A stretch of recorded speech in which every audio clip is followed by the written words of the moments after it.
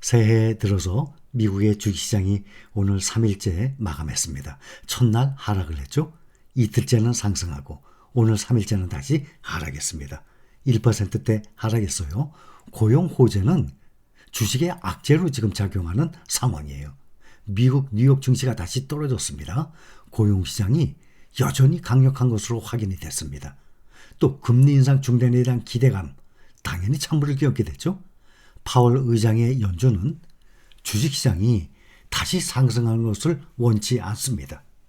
인플레이션이 2%대 가까이 떨어지지 않는 한 주식시장이 다시 화랑이 되고 주가가 다시 올라가는 것을 절대 원치 않습니다. 강력한 고용 지표에 따라서 금리 인상이 지속될 것이라는 전망에 증시가 오늘은 내렸습니다. 워런 버핏의 애플 1%대, 또 TSMC도 0.77%, 또 마이크로소프트도 3%, 빅테크주들이 모두 하락했습니다. 테슬라는 2.9% 내렸어요. 엔비디아도 3.3%, 국내 개인 투자들이 많이 투자하고 있는 개인 종목들, 개별 종목들 다 하락했어요. 지난달 중국에서 전기차 판매가 5개월 만에 최저로 줄었어요. 테슬라. 이 주가가 12월 중국 제조 차량 인도 실적이 전달에 비해서 크게 줄었다는 소식에 3% 가까이 하락을 했습니다. 그러나 투자업체 중에 에드워드 존스는 테슬라에 대한 투자 등급을 보유해서 매수로 상향을 한 상태입니다. 아마존닷컴은 대규모 인력 감축에 2.37% 하락을 했습니다. 민간급여 결제업체 ADP에 따르면 지난달 신규 고용은 23만 5천 명으로 예상을 웃돌았습니다.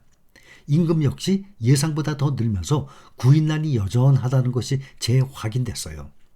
그러니 일할 사람이 모자르다는 뜻이에요. 주간 실업, 수당 청구 건수도 예상보다 적게 나왔어요. 그러니 강력한 고용시장 상황을 보여준 것 아닙니까? 이제 시장의 관심은 오늘 밤에 또 예정된 미국 노동부의 고용 보고서 여기에 집중됩니다. 뉴욕 증시 전문가들은 금리 인상이 지속되는 한 경제 지표가 이렇게 긍정적일 경우 주식에는 부정적인 소식입니다. 오늘 밤이 돼야 고용시장에 대한 전반적인 그림을 더 잘 파악할 수 있겠지만 민간 고용이 예상치를 웃돌고 실업수당 청구자 수가 예상보다 적다는 것은 노동시장이 여전히 회복력을 유지하고 있음을 시사하는 것입니다. 강한 임금 상승률과 노동시장의 강세는 연준이 인플레이션을 목표치로 되돌리기 위해서 금리를 더 오래 더 높은 수준으로 유지할 수 있다는 점에서 주식에 부정적으로 보고 있는 것입니다. 그럼에도 전문가들은 연준이 결국에는 금리 인상을 중단할 것이라면서 이것은 주가를 다시 상승시킬 것으로 내다보고 있습니다. 의외의 충격이 있지 않는 한 성장이 계속 둔화되고 인플레이션이 하락하게 되면 어느 시점에 중앙은행들은 금리 인상을 중단할 것으로 시장에서는 보고 있습니다. 현재로서는 연준의 당국자들 긴축을 계속해 나갈 것으로 강조를 하고 있어요. 중앙은행 연방준비제도위원회 이 매파적인 발언들도 중지를 끌어내렸어요. 세인트루이스 연방준비은행의 제임스 블라드 총재, 현재 정책이 충분히 제약적이지 않다라고 평가를 하고, 하지만 그는 올해가 물가 하락의 해가 될 것이라고 올바른 방향을 향해 현재는 움직이고 있다라고 말을 했습니다. 여는 총재들 중에서도 가장 매파적인 인물이에요. 그런데 올해는 아마 투표권이 없는 여는 총재로 제가 알고 있습니다. 에스터 조지 캔사스시티 연방준비은행 총재, 이 사람도 연준의 기준금리 전망치를 5%를 웃도는 수준으로 상향했다면서 당분간 연준이 이 수준에서 머물 것으로 예상을 한다라고 말을 했습니다. 또 레피얼 보스틱 애틀란타 여는 총재도 인플레이션이 너무 높다면서 인플레이션을 억제하는 데 있어서 여전히 할 일이 많다라고 말을 했습니다. 고용시장의 좋은 소식은 주식시장의 악재라는 것이 분명합니다. 고용시장이 강한 회복세를 유지하는 한 연준은 인플레이션을 낮추기 위해서 금융 환경을 계속 긴축적으로 만들어야만 하는 상황이 되는 것입니다. 미국에서 한 주간 실업보험 청구한 사람들의 수가 감소했습니다. 한 주간 신규 실업보험 청구자 수는 계절 조정 기준으로 전주보다 19,000명이 감소했어요. 20만 4천 명으로 집계됐습니다. 이것은 월스트리트 저널이 집계한 전문가 예상치 22만 3천 명보다도 적은 수준이에요. 직전주 수치는 22만 5천 명에서 22만 3천 명으로 2천 명이 하향됐는데 지금 그보다 더 적은 20만 4천 명입니다. 변동성이 덜한 4주 이동평균 실업보험 청구자 수 21만 3,750명, 전주 대비 6,750명이 늘은 게 아니라 감소한 거예요. 일주일 이상 연속적으로 실업보험을 청구한 사람의 수가 늘은 것이 아니라 감소했습니다.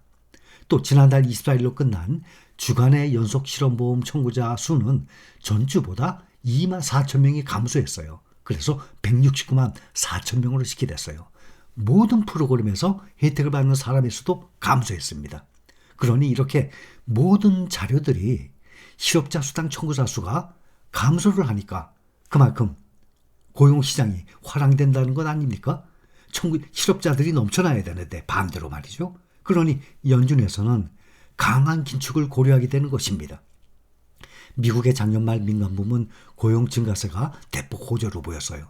다우존스와 ADP 전미 고용 보고서에 따르면 12월 민간 부문 고용은 직전 달보다 23만 5천 명이 증가했어요. 고용이 이것은 월스트리트 저널이 집계한 전문가 예상치 15만 3천 명을 아주 크게 상회를 하는 수준입니다.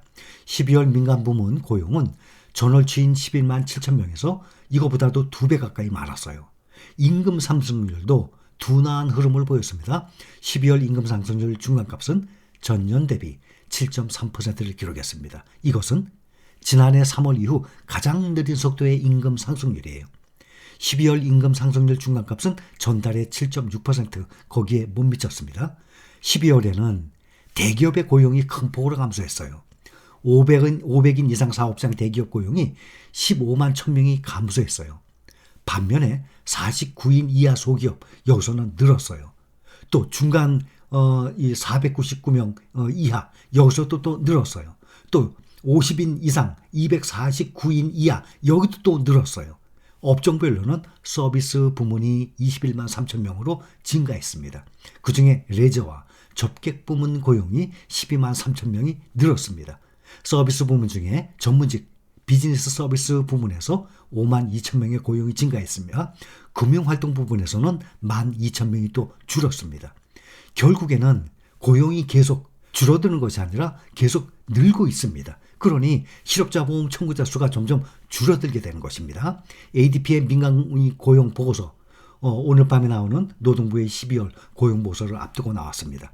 ADP의 민간 고용 이 보고서는 미국 고용시장의 건전성을 들여다볼 수 있는 지표예요.